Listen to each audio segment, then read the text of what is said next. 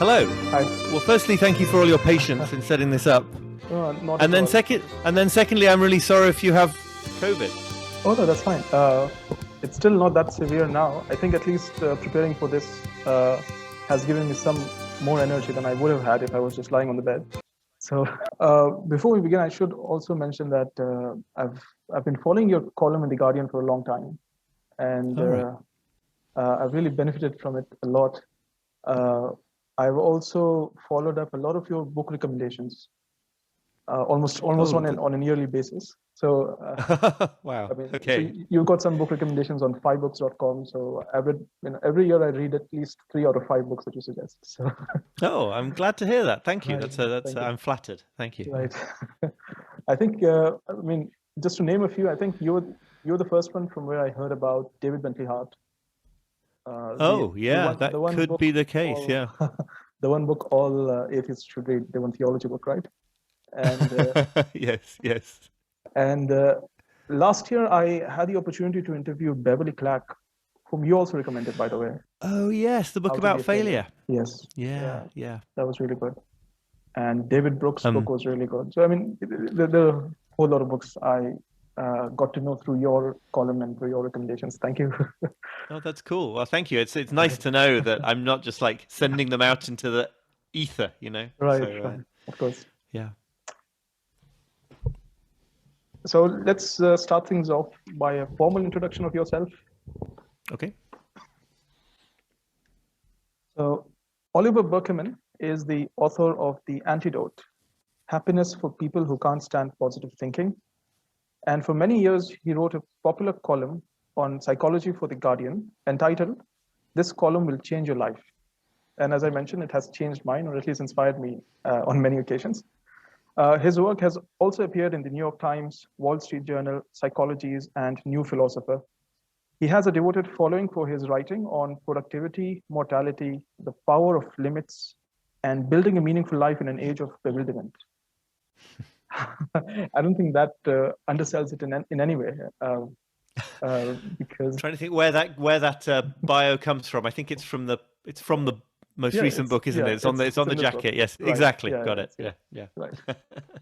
No, I think that's really the kind of work that you're doing is really necessary or essential work for us in terms of course, these issues, these problems that we have in life, as well as navigating through the murky waters of the popular self-help kind of literature on those things, which tends to, problematize things and which is not helpful at all Yeah. in many occasions.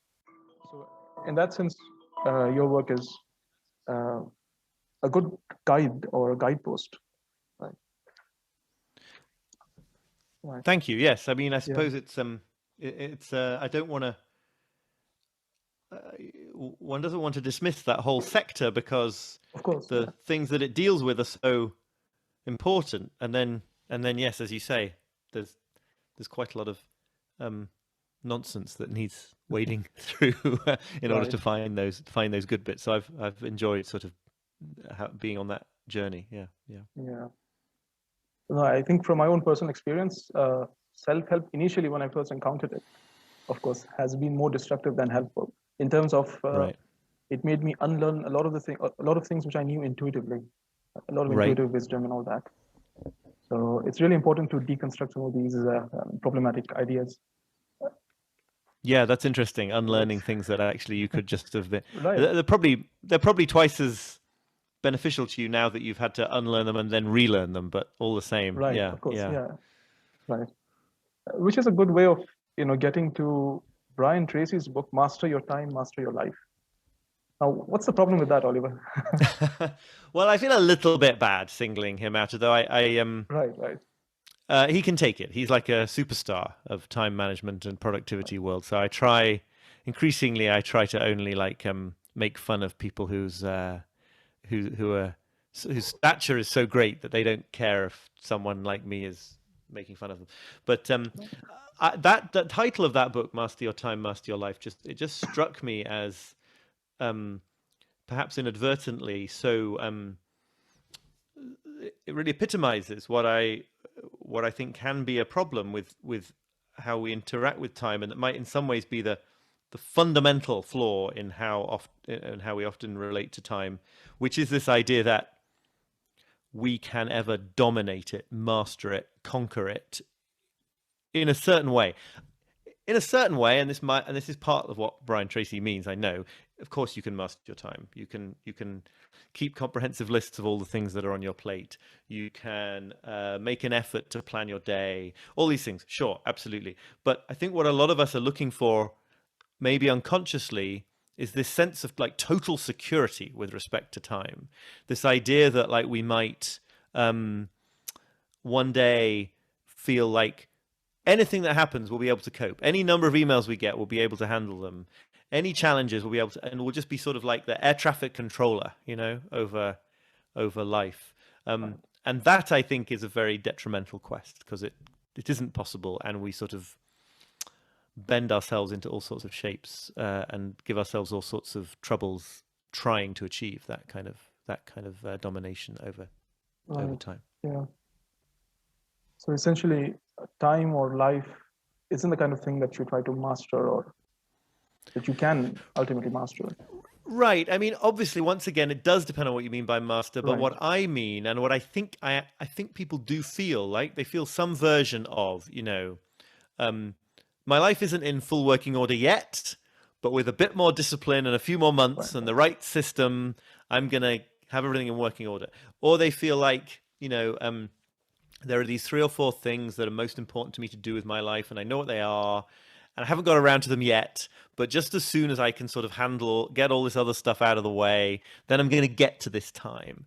Or, there's many different versions of it, but they all have in common, I think, this idea that like one day your relationship with time is going to be one where like you have the upper hand, and you sort of don't need to feel uncertainty, or you don't need to feel that there are more things that you want to do than you have time to do, and you don't need to feel all those things. And I sort of want to say, in a way, I agree you don't need to feel them, but the way to not feel them is to accept that situation wholeheartedly, rather than to be in this. To accept that there are always going to be too much to do, that you can never know what's coming next, that uncertainty is baked in, because the alternative is not possible. And I guess, just to get sort of Freudian or psychoanalytic about it all, ultimately the desire to not be bound by time in that way is just the desire not to want to die, and not to want to be mortal. And so, yeah, I mean, it would be nice to not have to die, and an alternative, since we know intellectually that that's not possible, is to become so efficient and so sort of optimized that you can do an infinite amount with your limited time. That's sort of, in a way, that's like a proxy for becoming immortal, Right. That's interesting. I think the idea that we generally hear that live a certain life so that on your deathbed you basically have no regrets. I think that's really more about choosing not to regret over things which you consciously have chosen not to do. So that's more of a choice, rather than actually having done everything that you wanted to do, or having done more than what was possible, right?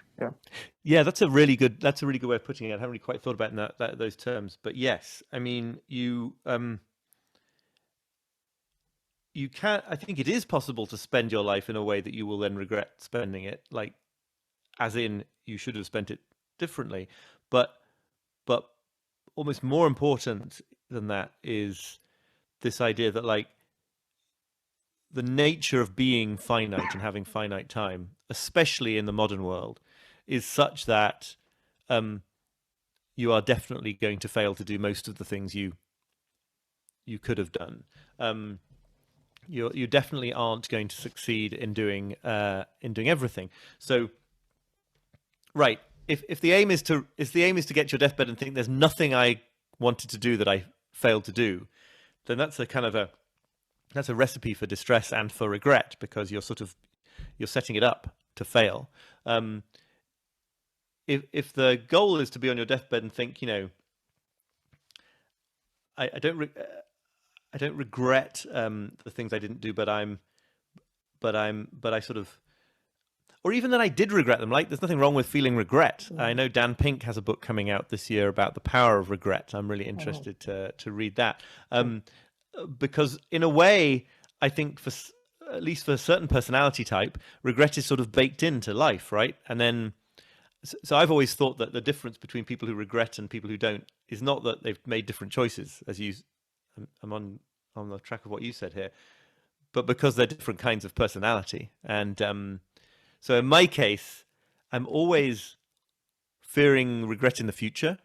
So I do struggle with that kind of like, well, I don't want to do that because then later I might think that I wished I'd done this instead. It's very complicated temporally, you know. Right. But I'm not really a person who does feel regrets when it actually comes to that moment in time, at least so far. So I think the kind of person, people who regret or don't regret on their deathbed, apart from anything else, they're just taking a different attitude to this fundamental truth that you're not going to get done all the things that matter. And I think that's an important distinction, because otherwise you could be on this idea of like, I've got to do totally extraordinary things every day. I've got to travel to exotic locations every weekend and try a new hobby every 3 days, because otherwise I won't have done everything. And I want to say, like, well, if you do that, you still won't have done everything, and you'll just have diluted your attention so disparate. You know, you'll have diluted your attention so much that you can't that you didn't really get much out of any of them. Right. That was a long answer to your short question. But. No, and you also say that, you know, if we have the attitude that we want to pursue a great number of things in order to feel enough, then ultimately that will lead to a situation where there are yet more things that we could still pursue in order to get to that state. Right. Yeah. Right. Absolutely. So, I mean, this often gets talked about in the context of work, and I do talk about it in that context too. Right. If you get really good at dealing with your email, you get more emails because you reply to people and they reply to you, and people seek you out, and la la la. This is Parkinson's law, right? The work expands to fill the time available for its completion. But it also applies, as I think you're noting there, to sort of like good experiences, and the person who has a sort of hedonistic commitment to just really sort of sucking the marrow out of life is the idiom I would use anyway. Really feeling like they exhausted life's possibilities is going to be perpetually on a certain kind of treadmill. It might be more fun kind of treadmill than just answering email all day, but it's still, you can't get there because I mean, firstly, just because the world offers far too many things for a single human being to do, and then secondly, as you say, because there are various reasons why doing more of them exposes you to more things, right? I mean, if I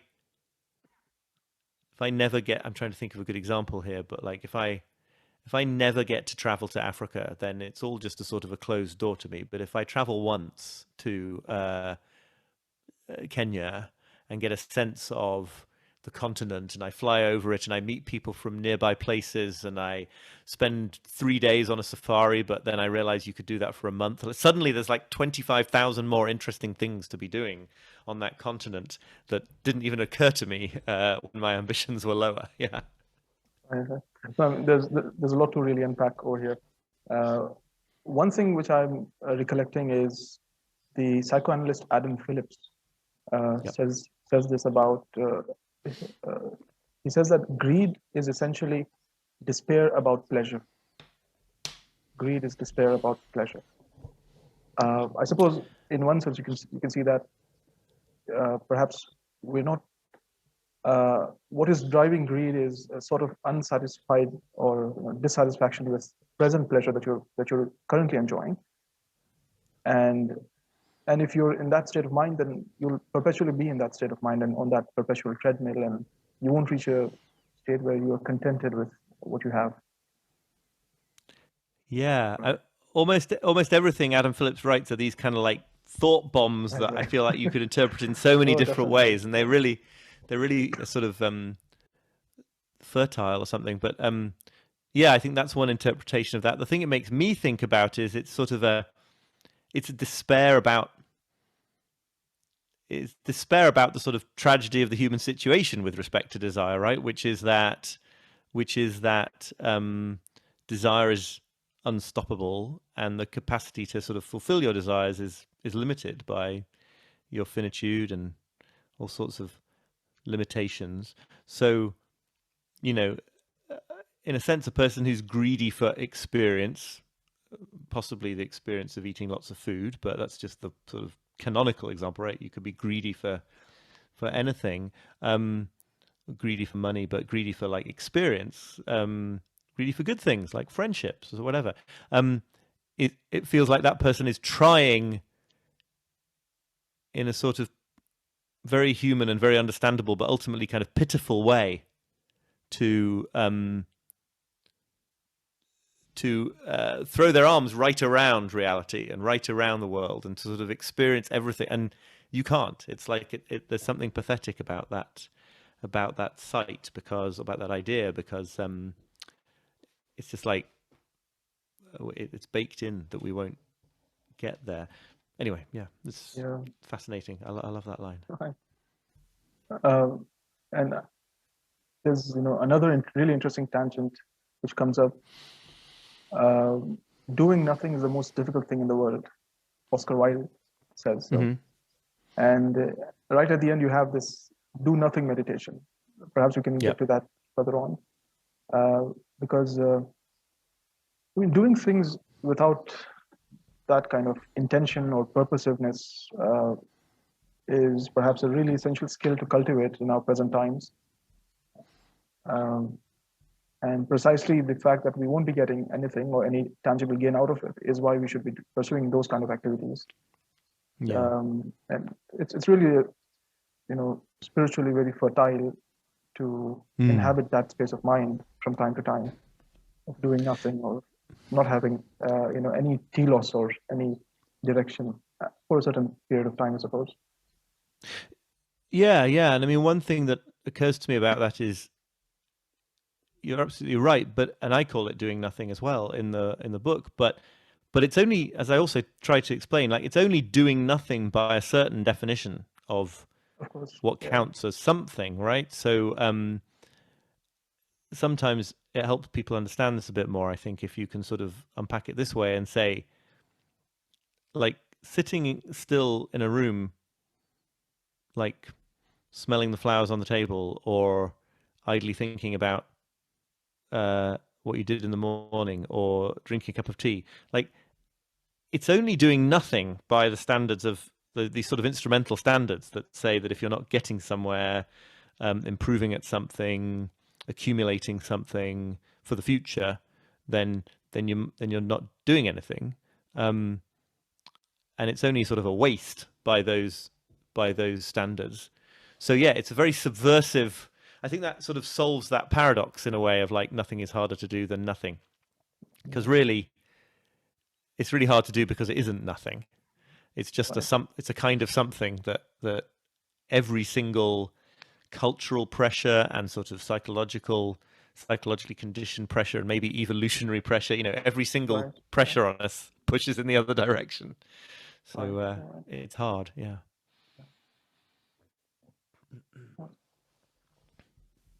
Well, I mean, this ties to the idea of deep time that Richard Rohr talks about, and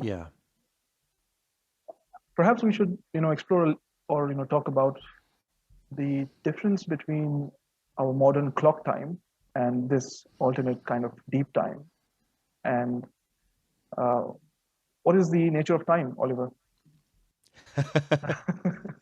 I will sort this out in 5 minutes, no problem. Right. It's going to be huge for your podcast, right? I mean, I'm not sure. I borrow the phrase from Richard Rohr, who's a brilliant writer. I'm not confident that he would agree with every sort of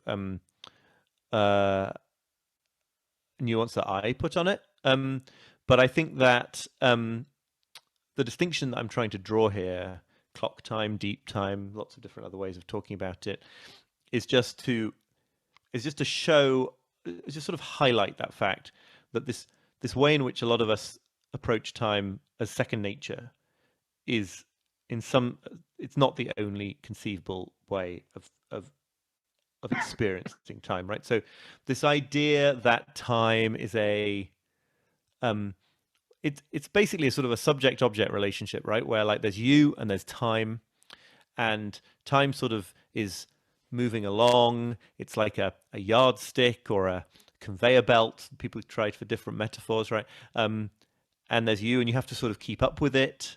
You have to fill little chunks of it with enough activity to feel justified, whatever it is. And it's always this kind of a spatial metaphor of some kind, right? It's always like there's this thing and it's moving and it's got spaces in it, and we have to fill those spaces. And there are lots of contexts where you do have to think about time in that way to sort of coordinate large cultures and things like that. But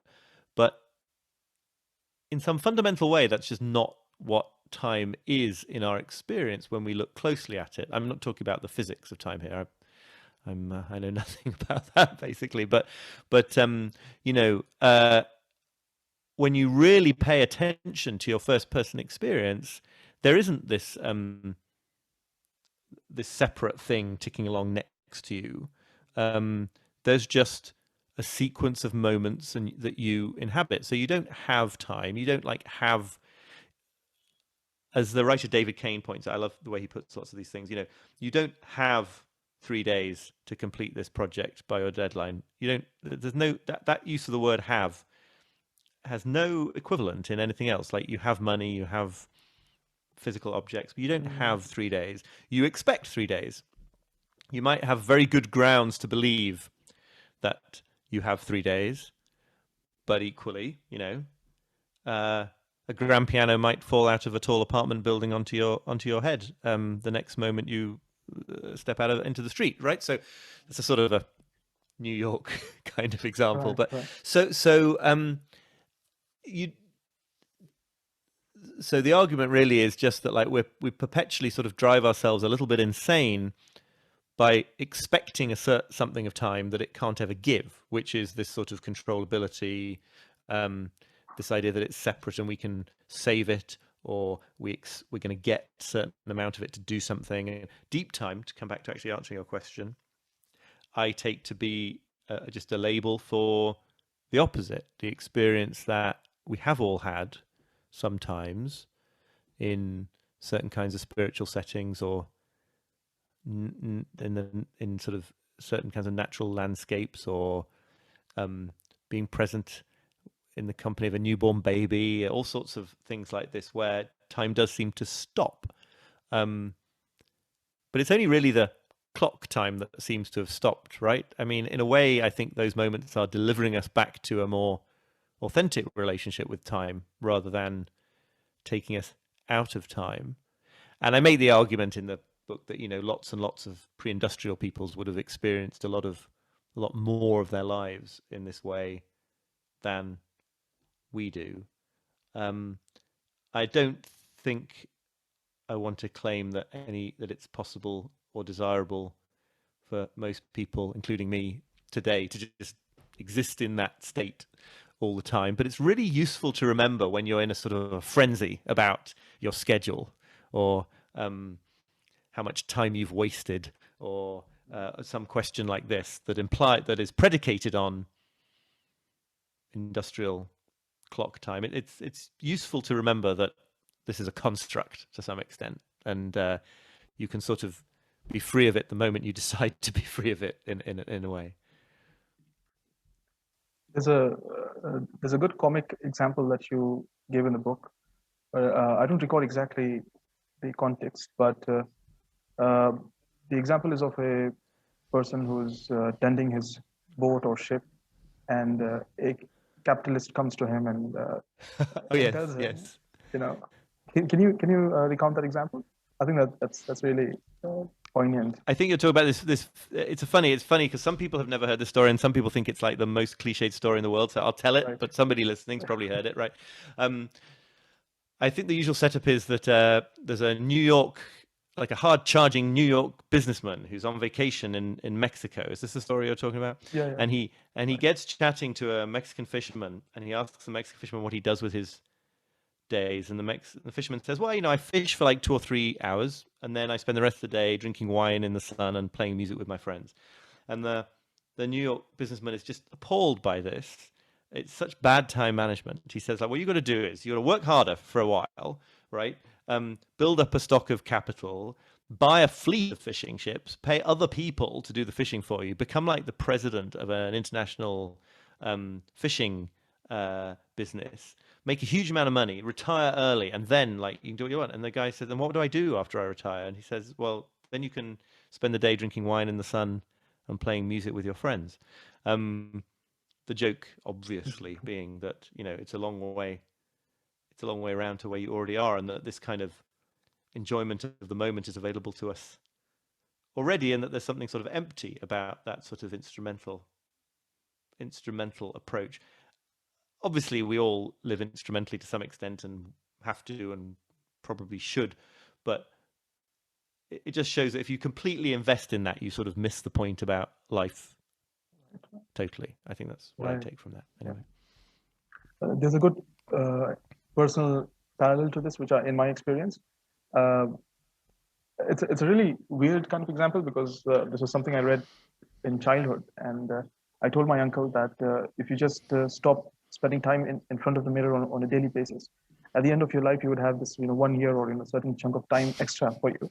And his question was, okay, but what would you do with that time? that question still remains, even if your life has another extra year or extra decade. Yeah, no, absolutely. Yeah. Well, I mean, I'm really tempted to push further on the nature of time itself. Perhaps we should just touch on it a bit more briefly before moving on to something else. Of course, you invoke Heidegger, Heidegger's sense of time. In one sense, in a really simplistic sense, time is life. Yeah. And there's of course a really brilliant quote by Borges, "I am time," and that poem, right? Yeah, no, absolutely. That's that. Yeah. Shall I talk a bit about, or did you have a specific? Yeah. No, I mean, I think this one notion about being time is really ultimately the sort of key to all of this, and it's there in that beautiful Borges quote that you mentioned.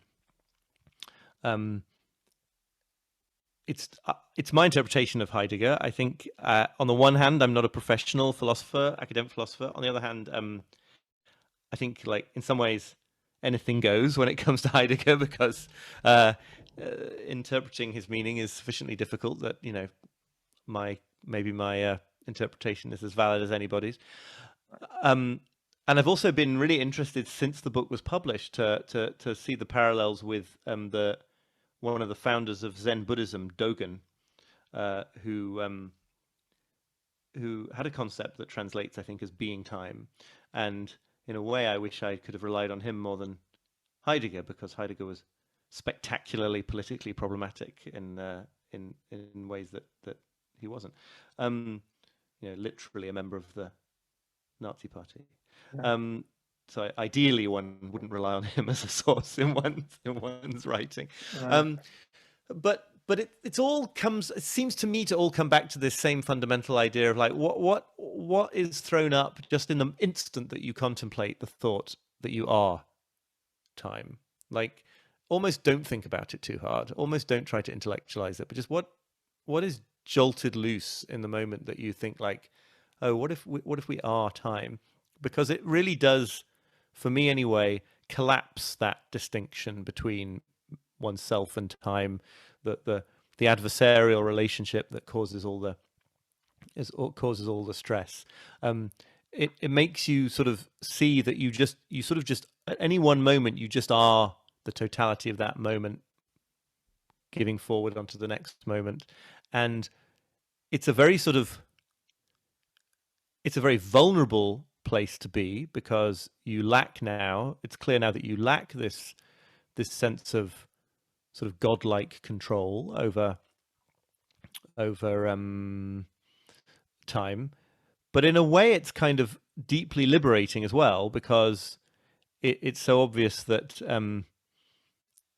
well, the way I put it is, anyway, it's like, all that can be expected of you is to act in the moment in the way that seems like the right way to act. And the flip side of not being able to have a certain kind of control over time, the wonderful flip side is that if you're not able to have it, then you don't need to struggle to achieve it, and you don't need to sort of beat yourself up for not being able to achieve it. And so there is a kind of a deep sort of relaxing into reality that comes for me in that idea. Right. Well, I think this ties to a lot of the the central insight of your entire book about not identifying, I suppose, with your accumulations or the things that you do, but instead identifying with who you are, or even this sort of mystical essential self, if you want, which is again something which is not like an object that you can get a hold of, similar to time. And yeah, for this I really find really fascinating Martin Buber's and the dichotomy between where he talks about we can have two relationships with anything. One is the relationship of seeing that thing as a thing, as an it, and the other one is of a thou, or person, or maybe not necessarily a person, but it is something which is beyond me, something which is beyond my objectification of it. So yes, I suppose in that sense, relating to time in that sense opens up really deep dimensions. But of course, wow, that's interesting, right? Yeah. No, I was going to say, I mean, I know I'm familiar with the outlines of the I-thou idea in Martin Buber, but I have never thought about that in the context of a relationship with time. Of course, at first glance, the idea that it is something beyond me and beyond my sort of uses and meet goals and projections. I mean, at first glance, that seems the opposite of the idea that you are time, right? It's a relationship of otherness versus the relationship of great non-otherness. But I'll be thinking about that for many showers to come. Right. No, I mean, for me, I'm really That's fascinating. tying this, all over the place. For me, this also invokes for me, Advaitic or non-dualistic, Hindu non-dualistic ideas about the self. Right. And where the idea is even the objective self that I can think of myself, even that is not what I am essentially. So my essential identity is not even my ego-ness or my sense of I. And where that subject-object dichotomy collapses. But of course, I mean, absolutely, all of this should be taken with the caveat that this isn't something which we can inhabit for a long time. Otherwise, we won't be able to survive in the world. This is a state of being which we should delve into momentarily. While also the clock time is also, I mean, we survive on the basis of clock time, of course.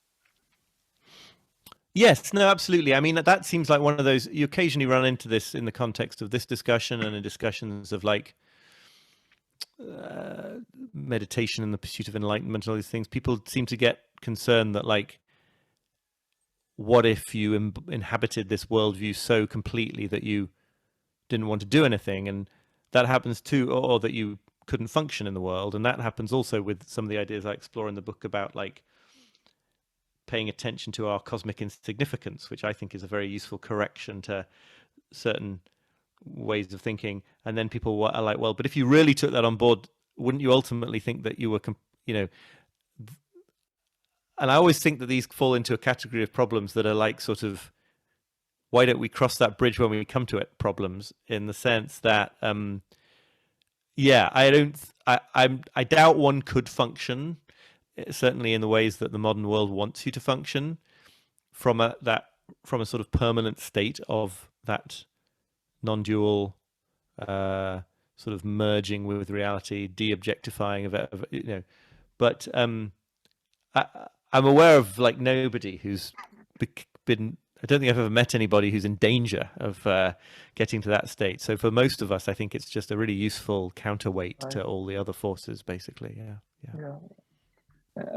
As tempting as it is to make the entire discussion about this segment, I think we should move on to another topic. But I mean, before we move on, there's another really fascinating tangent which we can tie to this, and maybe it opens up an entire discussion. But there's an Islamic tradition which says that, where God says essentially that I am time, and this, or more broadly, I am space-time, or the cosmos, essentially. Yeah. But I mean, this is again the mystical element in Borges's poem that for you time is a river, but I am also the river, Mm-hmm. right? And Yeah. that's a really interesting, I suppose, tangent. But we can get back to some of the practical, Well, yeah, I won't Right. make a long response because it's so Right. obviously one could spend literally a lifetime unpacking that thought. But I mean, the idea that God is time, or that sort of God is time in its infinite mode, and then clock time, or sort of durational time, is a gift given by God to human. I mean, that's an idea that I've definitely encountered in primarily Christian traditions. That's because I just don't really know very much about Islamic traditions. But there's obviously, we're obviously getting, when you start to talk about like when you start to talk about what this thing called time is and what the infinite is, you're obviously deep in religious territory, whether you like it or not. Yeah. Yeah. So, I mean, coming back to the practical concern with time, and how we experience time on a practical basis. Mm-hmm. You suggest that there's a lot of avoidance that we do in terms of thinking about our finitude and our limitations, and we try to imagine time as a limitless resource and life as a limitless resource. Yeah. And can you talk about there are, I think, two paradoxes over here. There's the paradox of choice, when you have so many things you could potentially do. There's a paralysis that comes with that, and you won't. I mean, it becomes even more harder to take up any one thing when there's a plethora of options. But then there's also, I mean, parallel to that, there's the paradox of limitation, which you talk about. That perhaps certain limitations are good, socially sanctioned limitations, perhaps, or being with the rhythms of the community that you're in. Yeah. That can do you some good, I suppose. Yeah, I mean, I think all this comes down to this idea that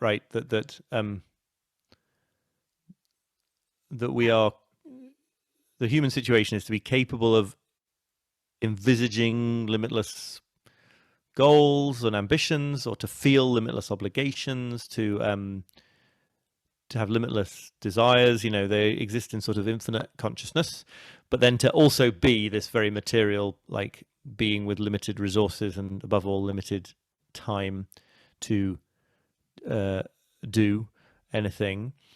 And there's disagreement about whether that yearning for limitlessness is just a sort of strange evolutionary glitch, or if I think a lot of religious people would want to argue it's some sort of indication of the divine. But whatever, day-to-day life, it's not what we're presented with in our sort of earthly existence. And so I think what people end up doing is pursuing lots of ways of relating to time where the real motive is to feel like you are infinite, or at least en route to becoming infinite. So the great sort of self-improvement productivity quest of Silicon Valley in 21st century, the idea of becoming, of making all the tedious chores in your life handled by other people, of getting super fast at email, of becoming sort of optimized in your sleep and workouts and all the rest of it. Like, I think the payoff there is that you feel like you're always en route to achieving this kind of victory over being finite. You never get there because it's not possible. So it has to be sort of placed in the future, where it can be safely sort of fantasized about, and you never have to, you sort of face the fact that you're not going to get there. So, you know, even just things like, I mean, you know, even just things like a new email app that purports to help you answer your email at a faster tempo, right? I mean, there are some, and they do, and they're great, and I've tried them.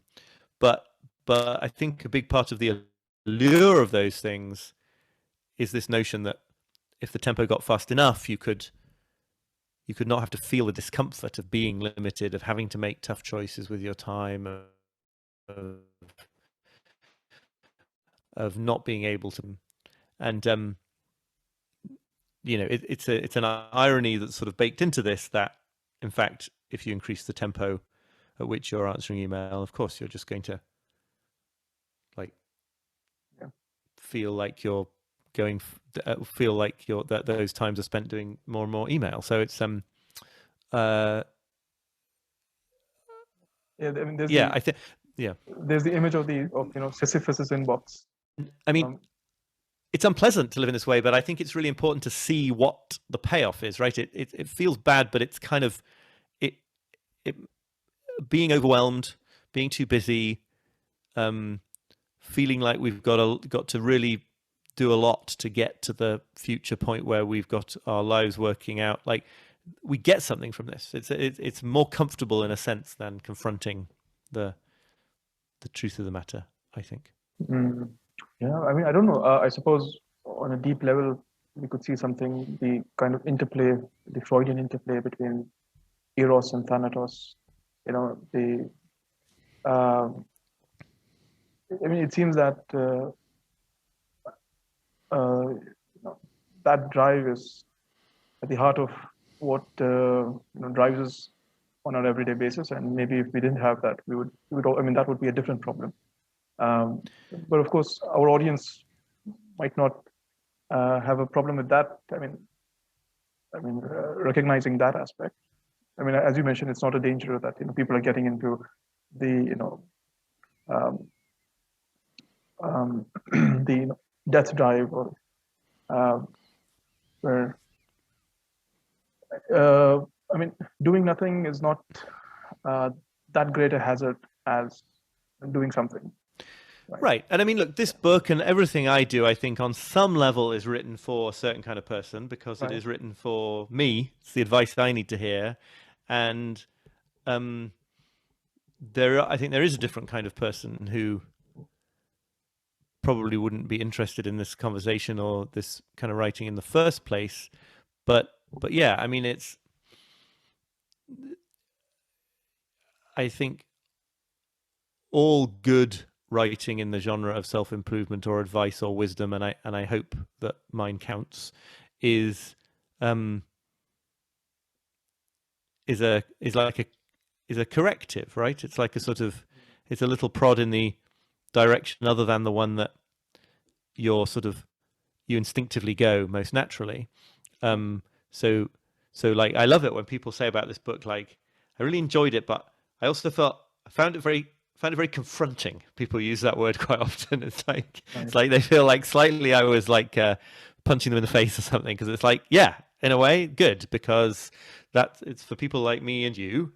I'm saying to that person, who like need this bucket of cold water over our heads, and other people need different things. They always say, like, what's that phrase? That the opposite of a great truth is also true. I don't know the source of that observation, but I think that feels very, very, very apt, right? I mean, we have no time at all, and we have all the time in the world. We are deeply limited, and we are extraordinarily, we have extraordinary capacities.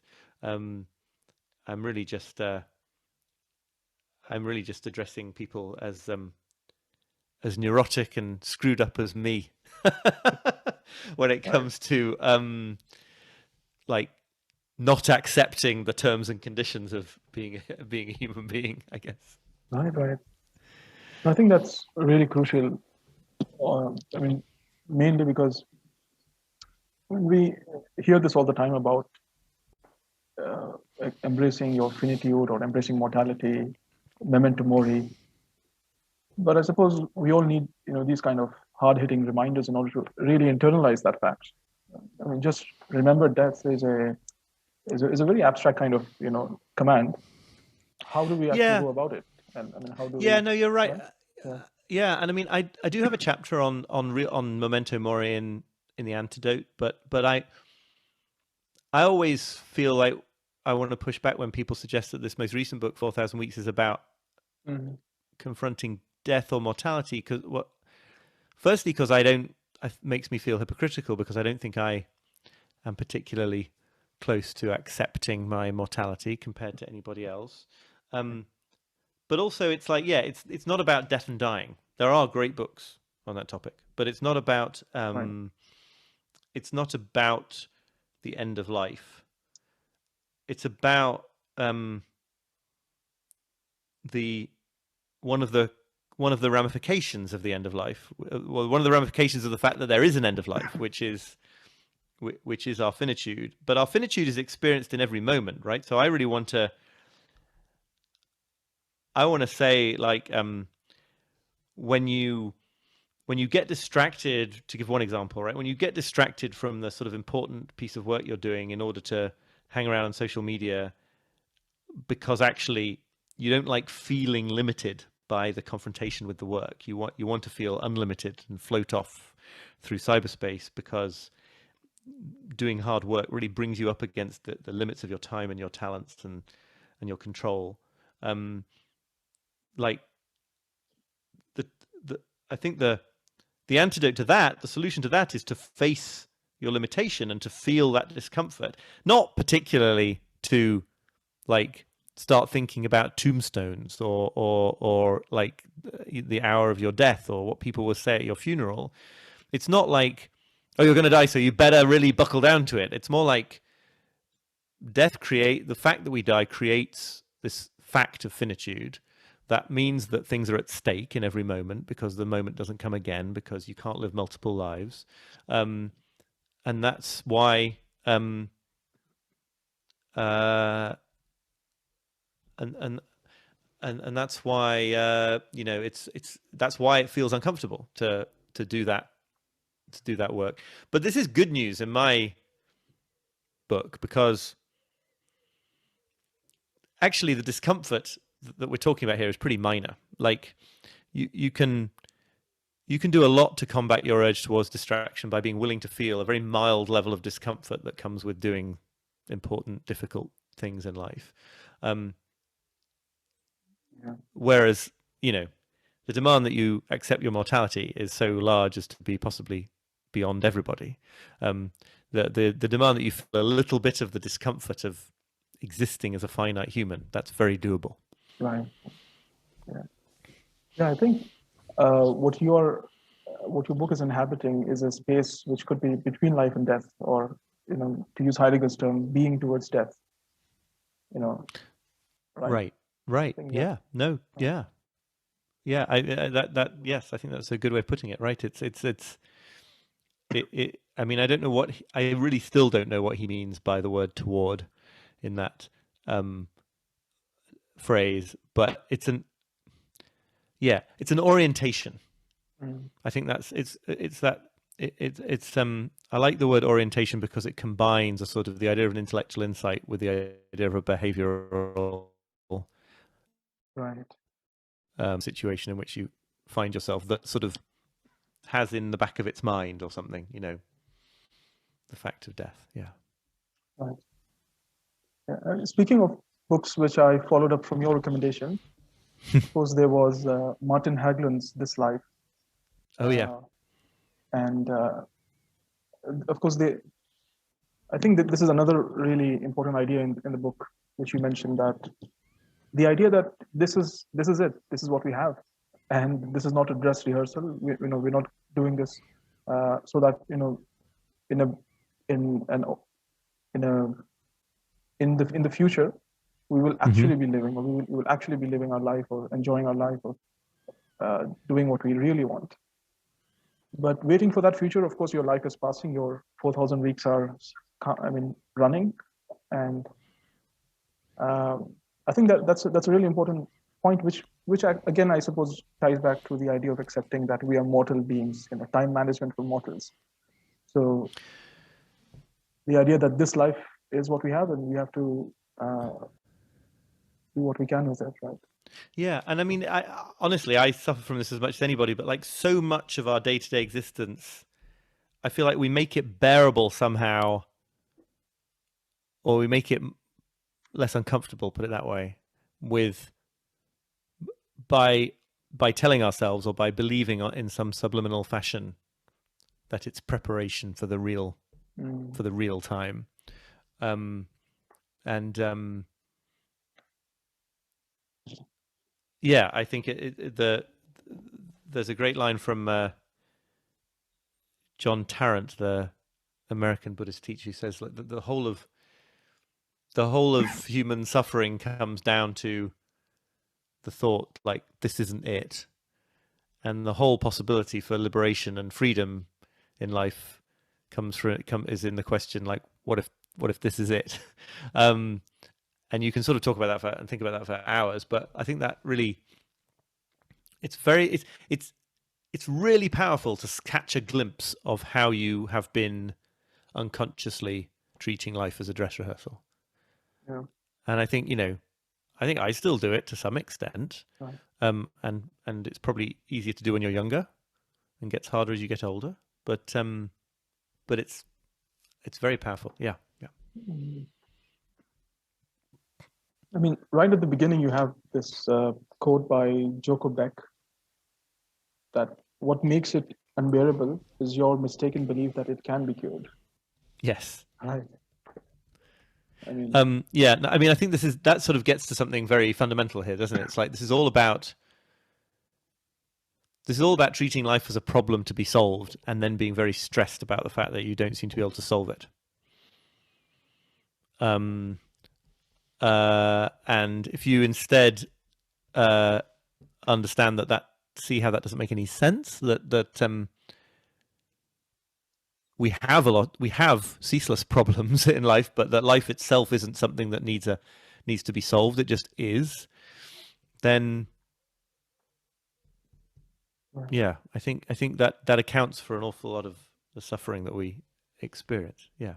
Because you always have these two layers, right? You have the problem that you're experiencing, and then the idea that you should not be experiencing it because someday you're supposed to be getting to the point where you don't have any problems and you've solved life. And it gets worse as you get older because you're like, well, if it hasn't happened by now, like when you're 20, you can tell yourself it's just going to happen when I'm 25 or 30. But by the time you're in your mid-40s like me, you've got to be like, hold on. This time when I have no problems, it doesn't show any signs of ever coming. Yeah. No, I think that's an interesting way to think about it. I think time is always easier to look back on than to look forward to, I suppose, right? I mean, because it has a determined outline as past, but as future, there's all this uncertainty, the great unknown. Right, and this always blows my mind because, like, if you're in any way prone to anxiety of the existential or the sort of regular kind,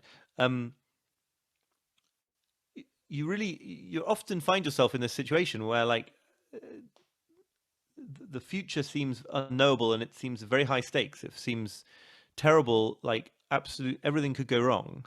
And yet if you look back, it's always the case that you coped with what happened. And it's always the case that it didn't destroy you. I mean, there are certainly people who have had sufficiently traumatic backgrounds that it almost did destroy them. But like,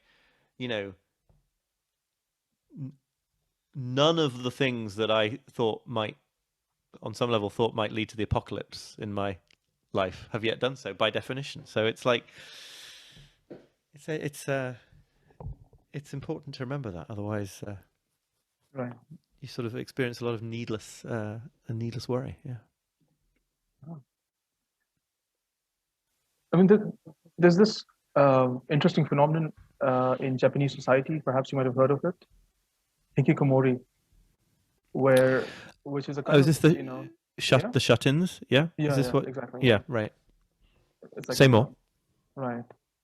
I know what it is, but I don't know the connection that you're drawing out Right. here.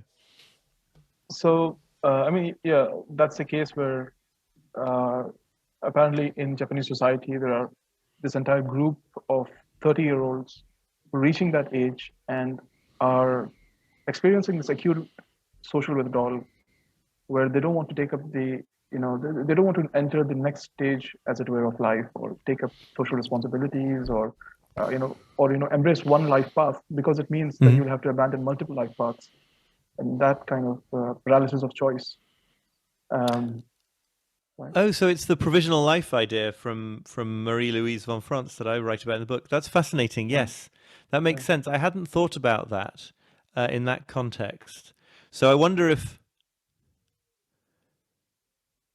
it would be interesting to. Sorry, go on. Yeah. No, I was just mentioning that. Oh, this is I read this in Josh Cohen's book, Not Working, Why You Have to Stop Them. He's a psychoanalyst in the UK. Oh yeah. I'm aware of it. Yeah, I don't think I haven't read that book, unfortunately, but yeah. So it'd be interesting to know. Maybe they have been asked. For some of those guys who don't want to enter the next step. You would assume that would go along with. You would assume that if they asked them if that was what they expected their life to be like indefinitely, they would say no. They would be like, they would expect that. They would have some fantasy that in 10 years from now somehow they were going to be in a different phase, right? Because the draw of the provisional life is precisely that you want to hold on to the option of launching one of those alternatives when you're ready. And I know nothing about this phenomenon, but I imagine that this is what happens eventually in the majority of cases, right? You sort of, it becomes untenable and you have to sort of, quote, grow up. But yeah. I mean, there's of course, it seems that this is related to the fear of missing out, I suppose, right? You want to have everything, and you want to, embark simultaneously on all these mutually contradictory paths, but you don't want to accept the fact that choosing one path means not choosing another path, or multiple. Saying yes to one life means saying no to multiple other lives that you could have potentially lived. Right, exactly, and it's that horror that is associated with like choosing something. I think a big, it's only the start of an insight that can change that. But I think the big response there that I'd want to make, right, is that in a sort of existentialist way, you don't have the choice not to choose. You don't have, you can't actually. A provisional life is not provisional in the sense that it is a decision to use that portion of your life in one specific way, namely living provisionally. And so it doesn't act, it can't, because time keeps passing implacably and relentlessly, nonetheless, you haven't actually kept your options open. You've just used that period of time in a way that probably even you don't feel is the most worthwhile. I mean, it's probably developmentally necessary for most people to do it for a while. I certainly did, to be sort of, not to be a shut-in, but to sort of be very sort of commitment phobic and keeping options open. And to some extent, I think we do it all the time, and I do it to this day. But it helps to realize that the promise of that life, of that stance towards life, is a false promise, right? Because you're not keeping your options open. Yeah. I think we're nearing our time, so if we can, in conclusion, we can perhaps touch upon a few more practical suggestions which you have in the book. Of course, you say that, I suppose, as opposed to the fear of missing out, what we need is to cultivate a joy of missing out in certain ways, which is of course something you suggest in the book. And because it means, and I suppose the one central point about time management that you have to practically offer is that do few things. don't try to do everything, and consciously choose what is worth doing and what you feel is worth doing, and say no to things which you also want to do. Right. Yeah, right. I mean, it's hard, but I'm just, yes, Right. the point there is simply that, like, you're going to have to, because Right. there is this kind of backdoor in a lot of the sort of self-help literature about saying no. There is this backdoor assumption that it just means saying no to all the things you never really wanted to do in the first place. But it doesn't work like that. There's too many things that potentially matter. Yeah. Yeah. Yeah. And I think it's also important to, what you call settling is important, i.e. you have to choose one path, and preferably in a way which is irreversible, so that it's harder to back off from there. And that you won't know, right? And you'll never know if it was really the best thing, and it's always going to be less than the best thing compared to impossible, infinite fantasies, right? So, we don't like to say this about, like, the people that we marry, or the careers that we pursue, whatever. But, like,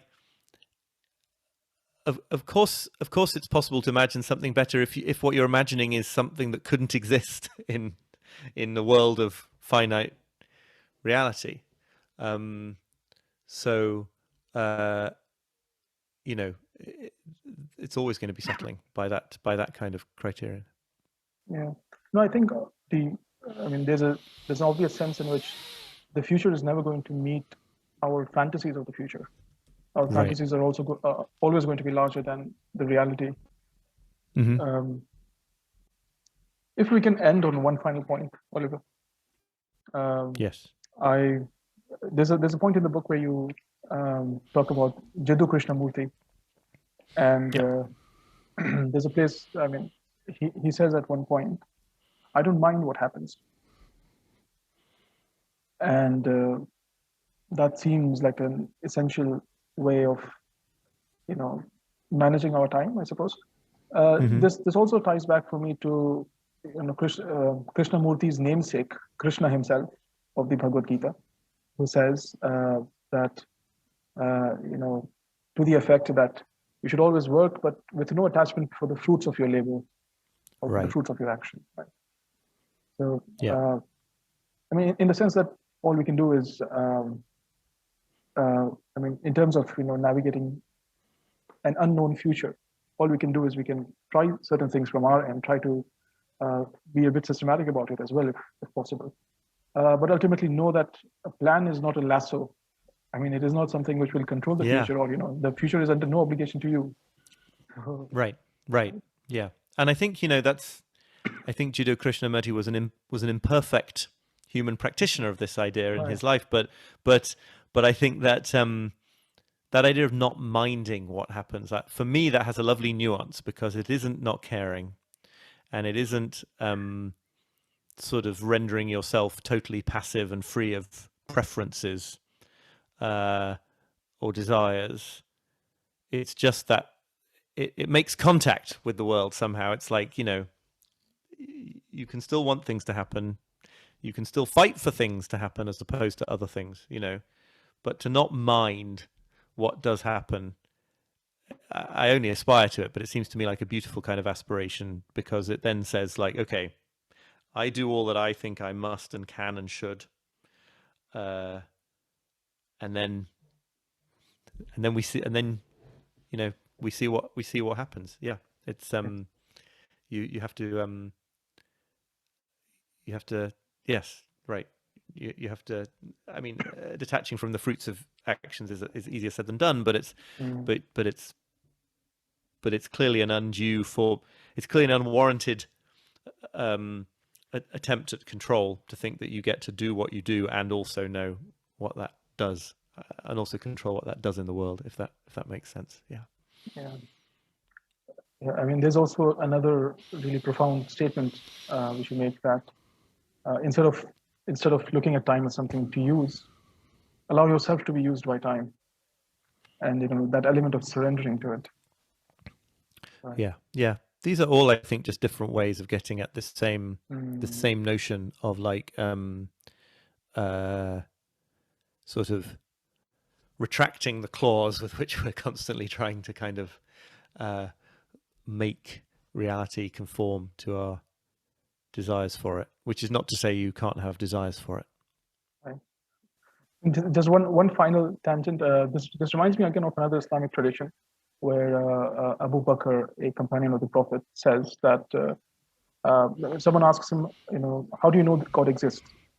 He says that, or I think it's Ali, sorry, who's asked that, and he says, because things don't always go according to my plan. I like that a lot.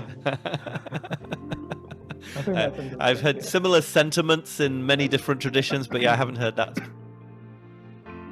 specific one, and I like. Well, Oliver, this has been lovely. Thank you for your generous time, and thank you for the brilliant conversation. Thank you so much. It's been a pleasure. I really enjoyed it.